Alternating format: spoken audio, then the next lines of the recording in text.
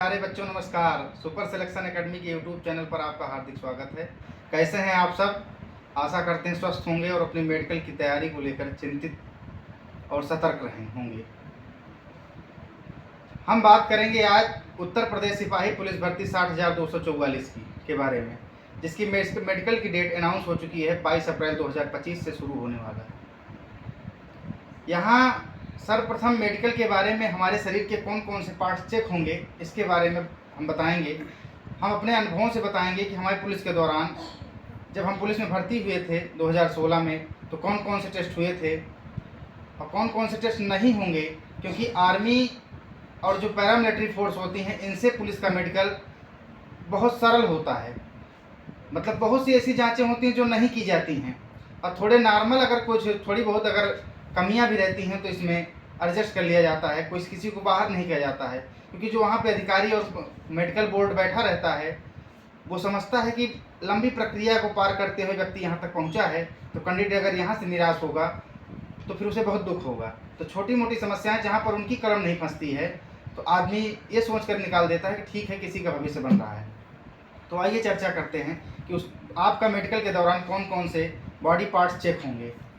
तो सबसे पहले 22 अप्रैल से आपका मेडिकल अगर स्टार्ट हो रहा है तो उससे एक हफ्ते पहले आपका एडमिट कार्ड आएगा। एडमिट कार्ड में जिस ज़िले की पुलिस लाइन में आपका मेडिकल होगा आपके एडमिट कार्ड में मेंशन होगा, उस ज़िले की पुलिस लाइन में आपको जाना होगा। पुलिस लाइन का जो हेड होता है उसका नाम, उसको कहते हैं आरआई, रेवेन्यू इंस्पेक्टर। वो वहाँ की सारी व्यवस्था को संचालित करता है एसपी साहब के दिशा निर्देश के अनुसार। उसके बाद सर्वप्रथम वहाँ जाएंगे तो आपका एडमिट कार्ड आपके साथ होगा। एडमिट कार्ड के साथ आपको एंट्री होगी गेट से। उसके बाद आपको सीक्वेंस के अनुसार बैठा दिया जाएगा। अब पुलिस लाइन में आरआई साहब, एसपी साहब के निर्देश के क्रम में अगर वहाँ पे पूरी व्यवस्था होगी और सीएमओ साहब उस जिले के से अगर एसपी साहब कांटेक्ट किए होंगे, अगर उनके पास पूरी समुचित मेडिकल बोर्ड की टीम उपलब्ध रहेगी, अगर सारे इंस्ट्रूमेंट लेकर के अगर पुलिस लाइन में आ सकते हैं वो, तो यहाँ पर पुलिस लाइन में, क्योंकि जो भी पुलिस लाइन बनती है उसके पास एरिया बहुत ज़्यादा होता है, तो वहाँ पे व्यवस्था तो पर्याप्त मात्रा में होती है, बस इंस्ट्रूमेंट लाने की समस्या रहती है। तो अगर सारी व्यवस्था सीएमओ साहब बोल देंगे हम उपलब्ध कराएंगे तो वो मेडिकल पुलिस लाइन में भी हो सकता है। और अगर पुलिस लाइन में नहीं संभव हो पाया तो सीक्वेंस के क्रम में जैसे आपको बैठाया गया है उसमें से 10-10 बच्चों को जिस जिले में आपका मेडिकल हो रहा है उसकी पुलिस लाइन से सीधा कहाँ भेज दिया जाता है? जिला चिकित्सालय में। जिला चिकित्सालय में आप जैसे जाएंगे तो वहाँ पे आपका सब कुछ वेरिफिकेशन पहले ही हो चुका है पुलिस लाइन में। फिर आपको वहाँ पे आपका सबसे पहले ब्लड टेस्ट होगा। ब्लड टेस्ट में एक जांचें निकल जाती हैं जो कंप्यूटर जांच होती है, जिसमें आरबीसी ये सब चेक हो जाती हैं। दूसरी जो जांच होती है शुगर की जांच की जाती है। शुगर की जांच करने के बाद आपका बीपी टेस्ट होगा। बीपी टेस्ट करने के बाद आपका वेट जो है चेक किया जाता है। वेट में किसी को बाहर नहीं किया जाता, लेकिन एक कोरम होता है फॉर्म में, उसको फिल करने के लिए, उसको भरने के लिए आपका वेट मेजरमेंट किया जाता है। वेट मेजरमेंट के बाद सर्वप्रथम आपको सीधा भेज देंगे, दांत आपके चेक होंगे। दांत मतलब मुंह से संबंधित जो रोग होते हैं उनको चेक करने के लिए। मुंह में जो कोई समस्या तो नहीं है, पायरिया वायरिया से कोई दिक्कत नहीं होती है, लेकिन मान लीजिए कोई दांत टूटे हैं उसकी जांच की जाती है। जीभ सही है कि नहीं है, आप बोल पाते हैं सही कि नहीं बोल पाते हैं, इसको चेक किया जाता है। इसको चेक करने के बाद सीधा आपको भेज दिया जाता है ईयर टेस्ट में। सबसे लास्ट में इसमें आई टेस्ट होगा, उसके बारे में बताएंगे। इसके बाद आपका ईयर टेस्ट होगा। ईयर टेस्ट में जैसे आप जाएंगे तो ईयर टेस्ट में एक मशीन होती है छोटी सी, जैसे आप पहले ब्लूटूथ वाला आता था उसमें ऐसे लगा देते हैं। लगाने के बाद उससे चेक कर लेते हैं कि इसमें आपको अच्छे सुनाई दे रहा है कि नहीं दे रहा, खूंट वूट तो नहीं है। मेडिकल में जाने से पहले आप लोग एक हफ्ते पहले अपना खूंट वूट निकलवा लेना, ताकि खूंट की समस्या ना रहे। नहीं खूंट में भी कई बार बाहर कर देते हैं। कान की समस्या बस थोड़ी सी है नॉर्मल, कि आप खूंट अच्छे से साफ करवा लेना, कान आपका साफ रहे, कोई कचरा न रहे। उसके बाद जो है उसमें मशीन डाल के चेक कर लेते हैं। इसके बाद इसी के साथ साथ कान के साथ नाक के डॉक्टर बैठे रहते हैं, जिसमें एक जो है इंस्ट्रूमेंट लगा के देख लेते हैं नाक की जो हड्डियां हो टेढ़ी हैं कि नहीं है। उसके बाद सीधा भेज देते हैं आपको गला टेस्ट में। ये तीनों डॉक्टर एक साथ बैठे हैं, आँख कान नाक। आँख के डॉक्टर छोड़ करके दांत के, गला के और इसके कान के तीनों डॉक्टर एक साथ रहते हैं। फिर गला टेस्ट हो जाता है। फिर गला टेस्ट में जैसे आप इसको इस चरण को पार करते हैं फिर सीधा आपको फ्लैट फुट में डॉक्टर के पास भेज जाता है। फ्लैट फुट का मतलब होता है समतल पैर। समतल पैर का मतलब जैसे जो पैर है, पैर की जो पंजे हैं, पंजे से लेकर के जो पैर की उंगलियां हैं और पीछे आपकी एड़ी तक, बीच के जो हिस्से हैं जिसमें ये तीनों एक साथ सपाट नहीं होने चाहिए। अगर ये तीनों सपाट हैं इसका मतलब आपका फ्लैट फीट है। उसको कैसे चेक होता है?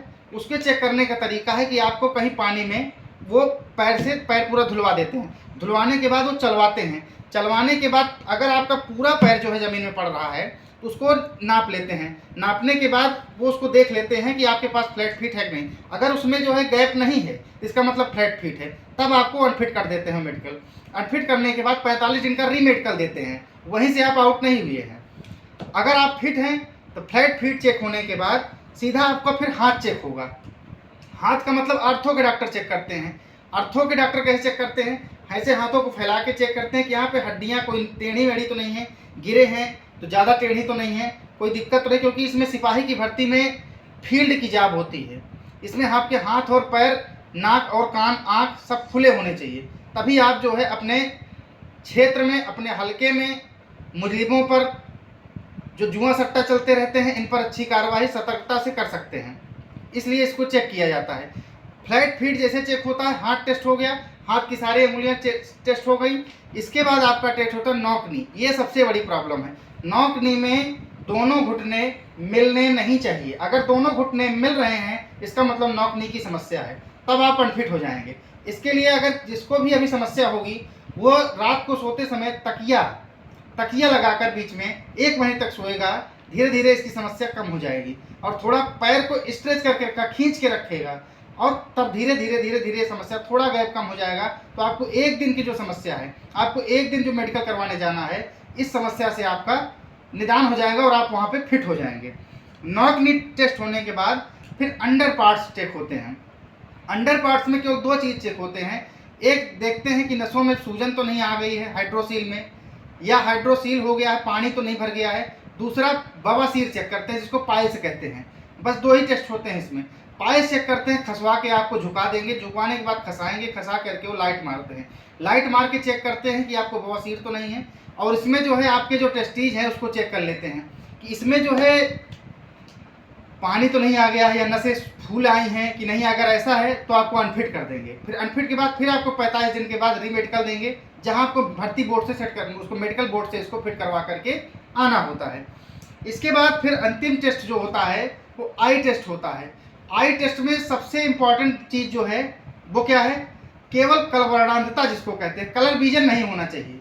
आपको सब जैसे जो चश्मे टेस्ट करवाने गए होंगे अपने घर के बूढ़े बुजुर्गों के, अपना खुद का, तो देखे होंगे छोटे छोटे अक्षर लिखे रहते हैं। पहले उसको पढ़वाते हैं, फिर बड़े अक्षर, फिर उससे भी छोटे अक्षर, फिर सबसे छोटा अक्षर पढ़वाते हैं। इसके बाद वो आपको देखते हैं कि आपकी 6x6 है कि नहीं यार। और फिर उसके बाद वो कलर एक CD देते हैं कापी की, उस CD को पढ़ना पड़ता है कि इसमें कौन सा अक्षर लिखा हुआ है। अगर आप उसे नहीं पढ़ पाए, लाल और हरे रंग की पहचान आप नहीं कर पाए हैं, तो इसका मतलब क्या हुआ कि आपके अंदर कलर विजन है। कलर विजन के केस में पुलिस किसी भी स्थिति में अन्य जितने भी टेस्ट है, एक बार व्यक्ति क्या करता है, सिंपैथी दिखा सकता है। मेडिकल बोर्ड भी, वहाँ के जो पुलिस अधिकारी साहिबान हैं वो भी आपके साथ सिंपैथी दिखा सकते हैं। लेकिन यदि आपके पास कलर विजन है तो इसमें कोई गुंजाइश नहीं है, इसमें आपको अनफिट ही होना पड़ेगा। कलर विजन किसी भी स्थिति में फिट नहीं होगा, मेडिकल बोर्ड से भी फिट नहीं होगा। और दूसरी इसमें जो चेक होती है, 6x6 की आँख होनी चाहिए। 6x7, 6x8, 6x9 तक की आँखों को वो लोग ले लेते हैं, लेकिन पैरामिलिट्री फोर्सेस में या आर्मी में नहीं लेते हैं, लेकिन वो 6x9 तक ले लेते हैं। इसके बाद वो रीमेडिकल दे देते हैं। रीमेडिकल में क्या करते हैं, फिर रीमेडिकल में आपको रीमेडिकल 45 दिन बाद वहाँ से फिट करवा के आना पड़ता है। 6x9 तक का वो चश्मा एक्सेप्ट कर लेते हैं। इसके बाद एक समस्या सबसे ज़्यादा इसमें आई है कि कुछ लोगों के जो हैं हाथ या नसों में सूजन आ जाती है, हड्डियाँ गोली बना करके वो निकल जाती हैं। ये समस्या सबसे ज़्यादा इस समय है। जो ज़्यादा रनिंग करते हैं उनकी समस्या आती है कि नसों में गांठ पड़ जाती है। ये समस्या बहुत बड़ी समस्या नहीं है। आर्मी और पैरामिलिट्री फोर्सेस में इसको चेक करके बाहर कर देते हैं, लेकिन पुलिस में इसको अगर बहुत ज़्यादा प्रॉब्लम है, अगर बहुत ज़्यादा ही नसें दिख रही हैं, तब तो इसका विकल्प है कि आप ऑपरेशन करवा लीजिए। लेकिन आपके पास समय कम है, इतना ऑपरेशन से जाएगा नहीं। 1-2 गांठ हो तो चल जाएगी, कई गांठें होंगी तो आप क्या करेंगे? अगर छोटी मोटी गांठें हैं तो कोई दिक्कत नहीं, आपका मेडिकल फिट हो जाएगा। लेकिन बहुत ज़्यादा पूरी नसें ही ब्लॉक हो चुकी हैं गांठ बन के, तब फिर आपका मेडिकल फिट नहीं होगा। एक सबसे बड़ा प्रश्न ये है कि इस समय बच्चे जो है खिलाड़ियों को देखकर या जो है हीरो को देख करके इस समय टैटू बनवाने का एक प्रचलन है। टैटू अगर बहुत छोटा है, जैसे ओम ओम लिखा रहता है छोटे शब्दों में, तो इसको फिर आपको अनफिट नहीं करेंगे। लेकिन अगर बड़े टैटू हैं, जैसे बड़े बड़े पूरे हाथों में रंगवा लिए हैं, तो ऐसे टैटू के लिए आपको अनफिट दे दिया जाएगा। फिर आप उसको फिर ऑपरेट करवा के, या अगर परमानेंट नहीं है तो आप उसको मिटवा करके 45 दिन में फिर से फिट होकर के आइए। फिर आपको मेडिकल बोर्ड फिट सर्टिफिकेट देगा, फिर आप ज्वाइन करेंगे। ये सारी प्रक्रिया से गुजरने के बाद जिनका ये सभी चीज़ें फिट होगी, उसी के बाद उसका मेडिकल फिटनेस सर्टिफिकेट होगा, उसको सब चीज़ों में फिट कर दिया जाएगा और वो अगली प्रक्रिया में प्रवेश कर जाएगा। अगली प्रक्रिया इसमें होती है चरित्र सत्यापन, जिसके बारे में अगली वीडियो में हम आपके साथ चर्चा करेंगे विस्तृत, कि चरित्र सत्यापन कैसे होता है, हमारा कैसे हुआ था। Thank you.